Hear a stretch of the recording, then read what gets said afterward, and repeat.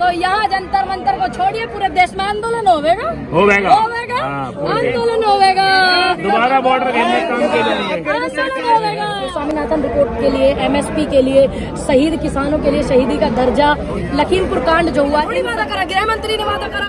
अब ये किसान की भूल हो गई कि हमने विश्वास कर लिया और इन्होंने हमारे पीठ पीछे छुरा घोंप दिया और ये वादे से मुकर गए। ये इनका सबसे पहला काम है वादे से। सवाल ये उठाया जाता है कि 2022 का चुनाव का हमें अच्छे से पता है। पूनम जी, आखिरी सवाल यही है, क्या लगता है इस आ जा रहा है, क्या लगता है जो आने वाले दिनों में इस आंदोलन से क्या संकेत जाएगा केंद्र सरकार? क्या आप सच्चाई को बैरिकेड कर सकते हैं? क्या आप सच को छुपा सकते हैं? क्या आप सच से मुंह छुपा सकते हैं? नहीं ना।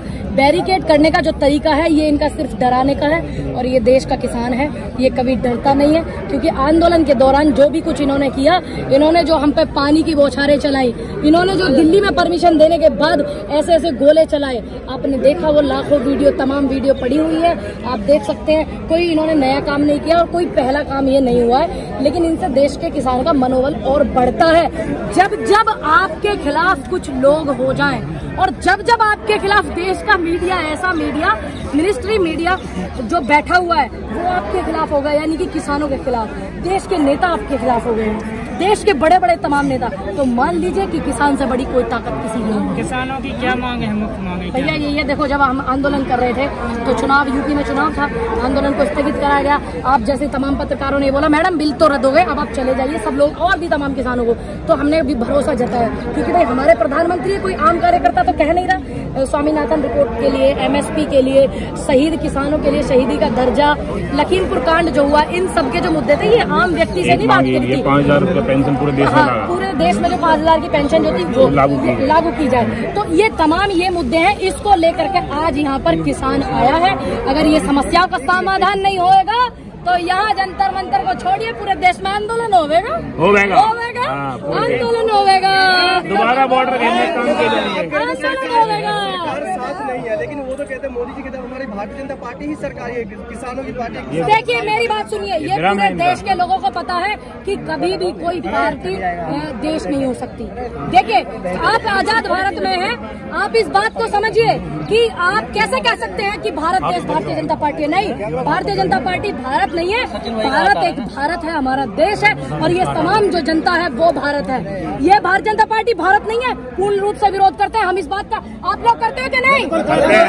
जनता भारत है, जनता कान खोल करके सुन ले, जनता भारत है। मोदी जी मतलब किसान के साथ नहीं है। साथ अगर वो होते तो जो शहीद किसान हुए हैं वो ये नहीं कहते कि किसान कोई शहीद नहीं हुआ, किसान नहीं हुआ शहीद, हमारे पास रिकॉर्ड नहीं है, ये नहीं कहती सरकार। अगर उनको किसानों से होता इतना प्यार। उनकी पार्टी के नेताओं ने तो कहा था कि हमारी सरकार में आज तक किसानों ने आत्महत्या नहीं की है। रिकॉर्ड उठाइए 2014 के बाद के, आप रिकॉर्ड उठाइए, तमाम वो रिकॉर्ड उठाइए 2014 पहले के भी और तो 2014 के बाद के भी।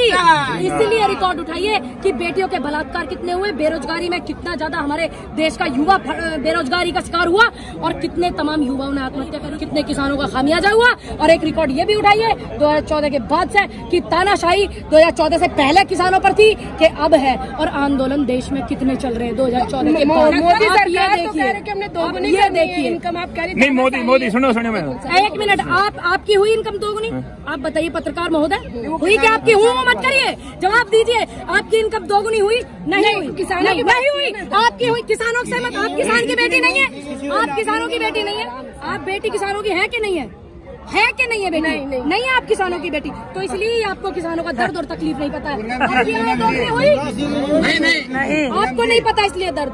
जी, प्रधानमंत्री जो है सब देश को नहीं मिलता जो 18-18 घंटे काम करे, जो अपना पूरा संसार को त्याग करके देश हित में काम करे, पूंजीपतियों के लिए। देखिए हमारे देश में ऐसे प्रधानमंत्री हुए हैं, आप मत भूलिए, जिन्होंने देश के लिए शहादतें दी, जिनके चिथड़े उड़ गए और जिनकी पहचान सिर्फ जूते से हुई थी कि ये उन प्रधानमंत्री का जूता है। तो आप ये मत बताइए कि 18 घंटे।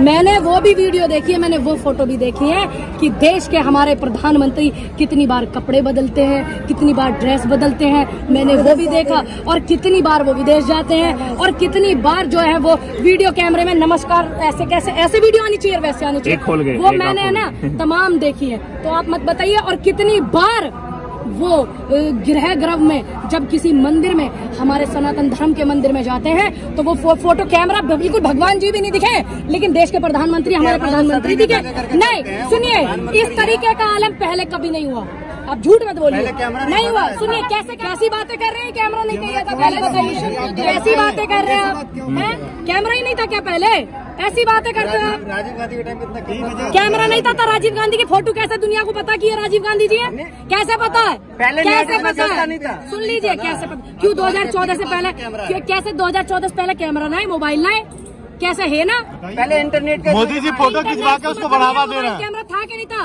और जब आंदोलन हुआ था ना देश की आजादी का, जब इतने संसाधन नहीं थे, लेकिन आंदोलन की फिर भी एक एक रूपरेखा पूरे देश की जनता के सामने है कि किसने देश की आजादी के लिए लड़ाई लड़ी, वो तो किसने पेंशन ली। ही नहीं है, आप कह रहे हैं कि रूपरेखा काला जादू और 70 साल देश के प्रधानमंत्री कॉले पकड़े पैर करके गंगा में स्नान करते हैं, तो क्या वो काला जादू करने गए थे, बताइए। नहीं, साथ में क्या गए थे या हाँ ना में जवाब दीजिए। आप उनकी प्रवक्ता बन करके आई है, आप बताइए मुझे काला जादू। नहीं, हम तो सवाल अभी कहते हैं मोदी जी विदेश जा रहे, तो वो विदेशों में डंका बजा रहे भारत का। देखिए, अगर वो भारत का डंका बजा रहे हैं, किस में बजा रहे, वो हमें बताना भी तो सही।